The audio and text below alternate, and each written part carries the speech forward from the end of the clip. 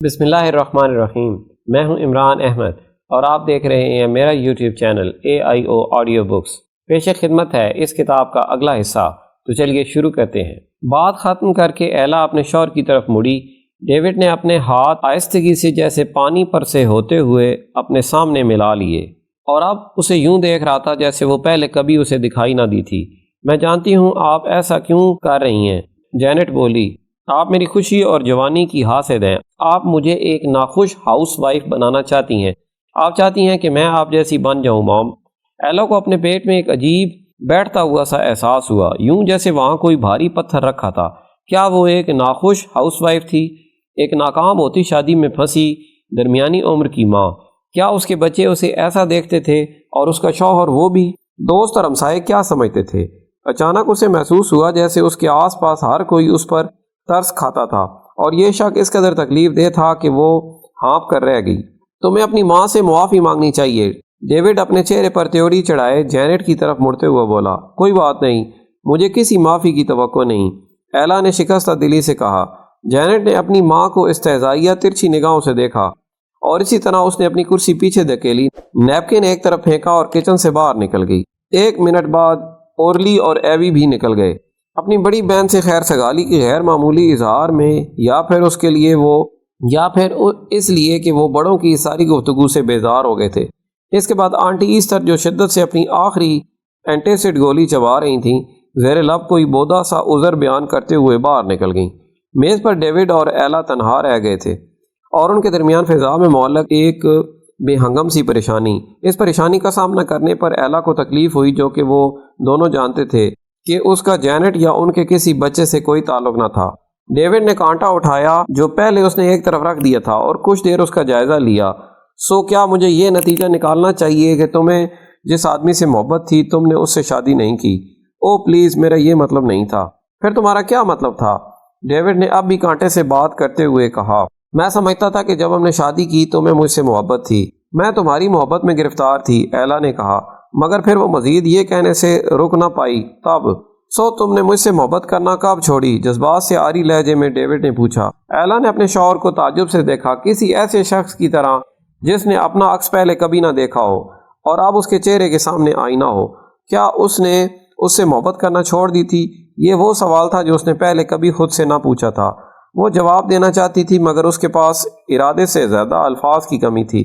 اندر کہیں گہرائی میں اسے معلوم تھا کہ ان دونوں کو اپنے بچوں کی نہیں بلکہ ایک دوسرے کی پرواہ ہونی چاہیے تھی، لیکن اس کے بجائے وہ دونوں وہی کچھ کر رہے تھے جو وہ اچھا کر سکتے تھے، دن گزارتے جانا جو ایک معمول سا بن جاتے ہیں اور وقت اپنی ناگزیر بے حسی کی راہ پر چلتا ہے۔ وہ اپنی اس مسلسل اداسی کو روکنے میں ناکام ہو کر آنسو بہانے لگی جو اس کے علم میں آئے بغیر اس کی ذات کا حصہ بن چکی تھی۔ ڈیوڈ نے اپنے کوف سے بھرے چہرے کا رخ موڑ لیا۔ وہ دونوں جانتے تھے کہ اسے اس کو روتا دیکھنا اتنا ہی ناپسند تھا جتنا اسے اس کے سامنے رونا۔ خوش قسمتی سے انہیں بچانے کو اسی وقت فون بجنے لگا۔ فون ڈیوڈ نے اٹھایا۔ ہیلو، جی ہاں یہی ہیں، ہولڈ کیجئے پلیز۔ ایلا نے خود کو مجتمع کیا اور پوری کوشش کرتے ہوئے کہ وہ خوشباش سنائی دے بولی، جی ایلا بات کر رہی ہوں۔ ہائے، میں مشیل ہوں، چھٹی کے روز آپ کو زحمت دینے پر معذرت، ایک نوجوان لڑکی کی چہکتی ہوئی آواز سنائی دی۔ ابھی کل ہی اسٹیو نے مجھے آپ سے رابطہ کرنے کا کہا تھا مگر میں بھول گئی۔ کیا آپ کو مصوبے پر کام شروع کرنے کا موقع ملا؟ ایلا نے گہری سانس بھری۔ اسے ابھی یاد آیا تھا کہ یہ کام اس کا منتظر تھا۔ لٹریری ایجنسی کی جانب سے اسے پہلی اسائنمنٹ کے طور پر کسی غیر معروف یورپی ادیب کا ناول پڑھنے کے لیے دیا گیا تھا۔ اس کے بعد اسے ناول پر تفصیلی رپورٹ لکھ کر دینا تھی۔ انہیں کہیں کہ فکر مت کریں، میں اسے پڑھنا شروع کر چکی ہوں، ایلا نے جھوٹ بولا۔ پرعزم اور خود رائے مشیل ایسی شخص نہیں تھی جسے وہ اپنی پہلی اسائنمنٹ پر پریشان کرنا چاہتی۔ اچھی بات ہے، کیسا ہے ناول؟ اس الجھن میں کہ کیا کہے، ایلا نے توقف کیا۔ اسے مصوبے کے بارے میں کچھ بھی معلوم نہ تھا سوائے اس کے کہ وہ مشہور صوفی شاعر جلال الدین رومی کی زندگی کا احاطہ کرتا ایک تاریخی ناول تھا، جن کے بارے میں اسے معلوم ہوا تھا کہ انہیں اسلامی دنیا کا شیکسپیئر کہا جاتا تھا۔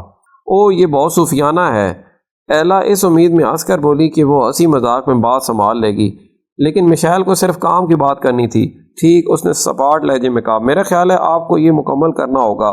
اس قسم کے ناول پر رپورٹ لکھنے میں آپ کی توقع سے زیادہ وقت لگ سکتا ہے۔ مشیل کی آواز مدھم ہونے پر فون پر دور کسی کے بولنے کی آواز آئی۔ ایلا نے اسے تصور میں ایک ہی وقت میں کئی کاموں سے نمٹتے دیکھا، ای میل چیک کرتے، اپنے مصنفوں میں سے کسی ایک پر کیا گیا تبصرہ پڑھتے ہوئے، اپنے تونا سلاد سینڈوچ کا لقمہ لیتے ہوئے اور اپنے ناخنوں کو چمکاتے، سب کچھ فون پر بات کرنے کے دوران۔ کیا آپ لائن پر ہیں؟ مشیل نے 1 منٹ بعد پوچھا۔ جی۔ اچھی بات ہے، سنیں یہاں بہت کام ہے، مجھے جانا ہوگا۔ یہ ذہن میں رکھیں کہ ڈیڈ لائن 3 ہفتے میں ہے۔ میں جانتی ہوں، ایلا نے پرعزم سنائی دینے کی کوشش کرتے فوراً کہا، میں ڈیڈ لائن سے پہلے یہ کام مکمل کر لوں گی۔ سچ یہ تھا کہ ایلا کو یقین نہ تھا کہ وہ اس مسودہ کا تجزیہ کرنا بھی چاہتی تھی یا نہیں۔ شروع میں وہ بڑی مشتاق اور پر اعتماد تھی، اسے بڑا جوش و خروش محسوس ہوا تھا۔ وہ ایک اجنبی ادیب کا غیر شائع شدہ ناول پڑھنے والی پہلی شخص تھی، اور یوں اس کے مقدر میں چاہے چھوٹا سا ہی ایک کردار ادا کرے گی۔ لیکن اب اسے معلوم نہ تھا کہ وہ اپنی زندگی سے غیر متعلق صوفیزم جیسے موضوع پر اپنی توجہ مرکوز کر بھی پائے گی، اور 13ویں صدی جتنا دور دراز زمانہ۔ مشیل نے اس کی ہچکچاہٹ کا سراغ پا لیا ہوگا۔ کیا کوئی مسئلہ ہے؟ اس نے پوچھا۔ جب کوئی جواب نہ ملا تو وہ مصر ہو گئی۔ سنیں، آپ بھی مجھ پر بھروسہ کر سکتی ہیں۔ ذرا دیر خاموشی کے بعد ایلا نے اسے سچائی بتانے کا فیصلہ کر لیا۔ بات صرف یہ ہے کہ مجھے معلوم نہیں کہ آیا ان دنوں میں کسی تاریخی ناول پر توجہ مرکوز کرنے کے لیے صحیح ذہنی حالت میں ہوں۔ مجھے رومی اور اس سب میں دلچسپی تو ہے، مگر پھر بھی یہ موضوع میرے لیے اجنبی ہے۔ شاید آپ مجھے کوئی دوسرا ناول دے سکیں، آپ جانتی ہیں، کچھ ایسا جسے میں آسانی سے پڑھ کر بیان کر سکوں۔ یہ تو بہت غیر مناسب نقطہ نظر ہے، مشیل نے کہا۔ آپ کا خیال ہے کہ آپ جن کتابوں کے متعلق کچھ جانتی ہیں انہی پر بہتر کام کر سکتی ہیں؟ بالکل بھی نہیں، صرف اس لیے کہ آپ اس ریاست میں رہتی ہیں۔ آپ صرف ان ناولوں کی ادارت کریں جن کا پس منظر میساچوسٹس ہو۔ ایسا ہے؟ میرے کہنے کا یہ مطلب نہیں تھا، ایلا نے کہا، اور فوراً ہی اسے ادراک ہوا کہ یہ جملہ اس نے اس سے پہلے بہت مرتبہ بولا تھا۔ اس نے اپنے شوہر پر یہ دیکھنے کو نظر ڈالی کہ کیا اس نے بھی یہ نوٹس لیا تھا، لیکن ڈیوڈ کی تاثرات کو سمجھنا مشکل تھا۔ بیشتر وقت ہم ایسی کتابیں پڑھتے ہیں جن کا ہماری زندگیوں سے کوئی تعلق نہیں ہوتا۔ یہ ہمارے کام کا، نوکری کا حصہ ہے۔ ابھی اس ہفتے میں نے ایک ایرانی خاتون کی کتاب پر کام مکمل کیا ہے جو تہران میں ایک قہوہ خانہ چلاتی تھی اور اسے ملک چھوڑ کر فرار ہونا پڑا۔ کیا مجھے اسے کہنا چاہیے تھا کہ وہ مسودہ کسی ایرانی ایجنسی کو بھیجے؟ نہیں، بالکل نہیں۔ خود کو احمق اور قصوروار محسوس کرتے ایلا منہ ہی منہ میں بڑبڑائی۔ دور دراز زمینوں اور ثقافتوں کے لوگوں سے رابطہ کرنا ہی کیا اچھے ادیبوں کی خوبیوں میں سے ایک نہیں؟ بالکل ایسا ہے۔ سنیے، بھول جائیں جو میں نے کہا، ڈیڈ لائن سے پہلے رپورٹ آپ کی میز پر ہوگی۔ ایلا نے سر تسلیم خم کر دیا۔ مشیل سے نفرت کرتے، جس نے اس سے یوں سلوک کیا تھا جیسے وہ سب سے غبی اور کاہل انسان تھی، اور خود سے نفرت کرتے کہ اس نے ایسا ہونے دیا۔ شاندار، یہی جذبہ ہونا چاہیے۔ مشیل نے اپنی چمکتی آواز میں بات ختم کی۔ مجھے غلط مت سمجھے، لیکن میرا خیال ہے کہ آپ کو ذہن میں رکھنا چاہیے کہ ایسے درجنوں لوگ موجود ہیں جو یہ نوکری کرنا پسند کریں گے، اور اس میں سے بیشتر کی عمر آپ سے آدھی ہے۔ یہ بات آپ کو کام کی تحریک دیتی رہے گی۔ فون رکھنے کے بعد ایلا نے ڈیوڈ کو اپنی طرف دیکھتے پایا۔ اس کے چہرے پر سنجیدگی اور نپت اللہ تاثر تھا۔ وہ منتظر دکھائی دیتا تھا کہ انہوں نے بات جہاں روکی تھی وہیں سے شروع کریں، لیکن اس کا جی نہیں چاہ رہا تھا کہ وہ اپنی بیٹی کے مستقبل پر مزید غور و فکر کرے۔ اگر انہیں جس بات کی فکر تھی وہ یہی تھی تو اسی روز بعد میں وہ پورچ میں اپنی پسندیدہ جھولنے والی کرسی پر اکیلی بیٹھی نارتھ ہیمپٹن کا سرخی مائل نارنجی غروب آفتاب دیکھ رہی تھی۔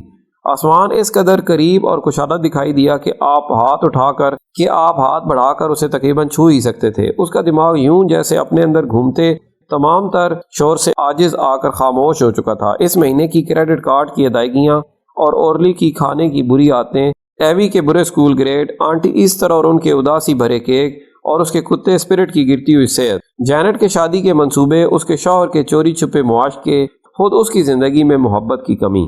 ایک ایک کر کے اس نے ان کو چھوٹے چھوٹے ذہنی ڈبوں میں مکفل کر دیا۔ اس ذہنی کیفیت میں ایلا نے مسودے کو اس کے لفافے سے نکالا اور یوں جیسے اس کا وزن تولتے ہوئے اپنے ہاتھوں میں اچھالا۔ اس کے سرورق پر ناول کا نام نیلی روشنائی میں لکھا تھا، دلکش کفر۔ ایلا کو بتایا گیا تھا کہ مصنف کے بارے میں کوئی بھی زیادہ نہیں جانتا۔ کوئی زہارا ہالینڈ میں رہتا تھا۔ یہ مسودہ لفافے میں ایک پوسٹ کارڈ کے ہمراہ لٹریری ایجنسی کو ایمسٹرڈیم سے بھیجا گیا تھا۔ پوسٹ کارڈ پر سامنے گلابی، زرد اور سوسنی گل لالا کے خیرہ کن کھیتوں کی تصویر تھی، اور اس کی پشت پر نفیس تحریر میں لکھا تھا، محترم محترمہ، ایمسٹرڈیم سے سلام۔ کہانی جو اس کے ہمراہ میں آپ کو بھیج رہا ہوں ایشیائے کوچک میں 13ویں صدی کے کونیا میں وقوع پذیر ہوئی، لیکن میرا دل سے یقین ہے کہ یہ کہانی ملکوں، ثقافتوں اور صدیوں کی حدود سے ماوراء ہے۔ مجھے امید ہے کہ آپ کو بہترین شاعر رومی اور تاریخ اسلام کے انتہائی محترم روحانی رہنما شمس تبریز، جو رسوائیوں اور حیرانیوں بھرے گمنام غیر روایتی درویش تھے، کے درمیان غیر معمولی تعلق پر یہ تاریخی صوفیانہ ناول دلکش کفر پڑھنے کا وقت میسر ہو سکے گا۔ خدا کرے محبت ہمیشہ آپ کی ہمراہی ہو اور آپ ہمیشہ محبت میں گھرے رہیں۔ ایزی زہارا۔ اب تک کے لیے اتنا ہی، ملتے ہیں اگلی ویڈیو میں۔ اپنا خیال رکھیے اور ہمارے اس چینل کا بھی۔ اللہ حافظ۔